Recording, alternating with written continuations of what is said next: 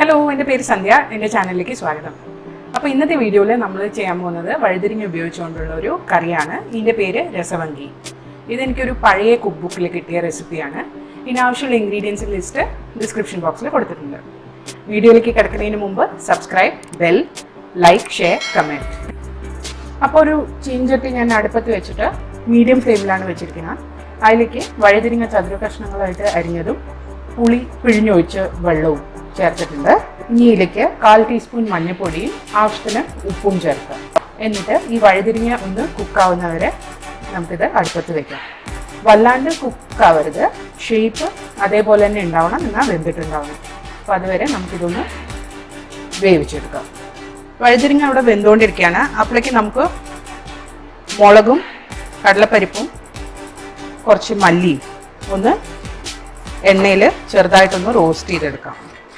അപ്പോൾ ഇതൊന്ന് ലൈറ്റായിട്ട് വറുത്തിട്ടുണ്ട്. ഇനി ഗ്യാസ് ഓഫ് ചെയ്തിട്ട് ഇത് തണുപ്പിച്ചിട്ട് നമുക്കിത് മിക്സിയിൽ തേങ്ങയുടെ കൂടെ അരയ്ക്കണം. അപ്പോൾ ഇതൊന്ന് തണുക്കട്ടെ. വഴുതിരിങ്ങ നന്നായിട്ട് വെന്തുണ്ട്. ഇനി ഇതിലേക്ക് ഞാൻ തുവരപ്പരിപ്പ് മഞ്ഞൾപ്പൊടി ചേർത്തിട്ട് നല്ലോണം പ്രഷർ കുക്ക് ചെയ്തെടുത്തിട്ടുണ്ട്. അത് ഇതിലേക്ക് ആഡ് ചെയ്യാം. അപ്പോൾ നന്നായിട്ട് പരിപ്പ് വേകണം. ആ വെന്ത പരിപ്പ് നമുക്ക് വഴുതിരിങ്ങയിലേക്ക് ചേർക്കാം. ഒന്ന് നന്നായിട്ട് മിക്സ് ചെയ്ത് കൊടുക്കുക. ഇതൊരു 2 മിനിറ്റ് ഒന്ന് തിളച്ചോട്ടെ. അപ്പോൾ പരിപ്പും വഴുതിരിങ്ങയും കൂടി കുറച്ച് നേരം തിളച്ചിട്ടുണ്ട്.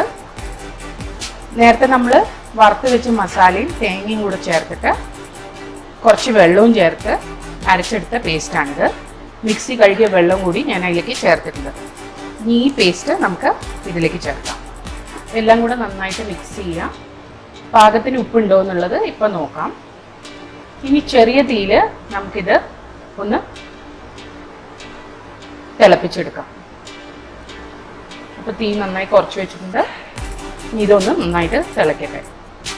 അപ്പോൾ കറി നല്ലോണം തിളച്ച് വന്നിട്ടുണ്ട്. മസാലയുടെ പച്ച സ്വാദൊക്കെ പോയി റെഡി ആയിട്ടുണ്ട്. ഇനി ഇതിലേക്ക് ചെയ്യേണ്ടതെന്ന് പറഞ്ഞാൽ ഞാനിവിടെ കടുകും കരിവേപ്പിലയും കൂടെ വറുത്ത് വെച്ചിട്ടുണ്ട്. അപ്പോൾ ഇത് നമുക്ക് ഇതിലേക്ക് ചേർക്കാം. എന്നിട്ട് ഗ്യാസ് ഓഫ് ചെയ്യണം. അപ്പോൾ കത്രിക്ക രസവങ്കി റെഡി ആയിട്ടുണ്ട്. അപ്പോൾ രസവങ്കി റെഡി ആയിട്ടുണ്ട്. ഇത് നമുക്ക് ഊണിന് മെഴുക്കുവരട്ടിയും തോരനൊക്കെ കൂട്ടി കഴിക്കാവുന്നതാണ്. അപ്പോൾ ഈ റെസിപ്പി എന്തായാലും ട്രൈ ചെയ്ത് നോക്കുക. എന്നിട്ട് അഭിപ്രായങ്ങൾ കമൻറ്റ് സെക്ഷനിൽ അറിയിക്കുക. അടുത്ത പ്രാവശ്യം ഒരു പുതിയ വീഡിയോയുമായി വരുന്നവരെ ബൈ.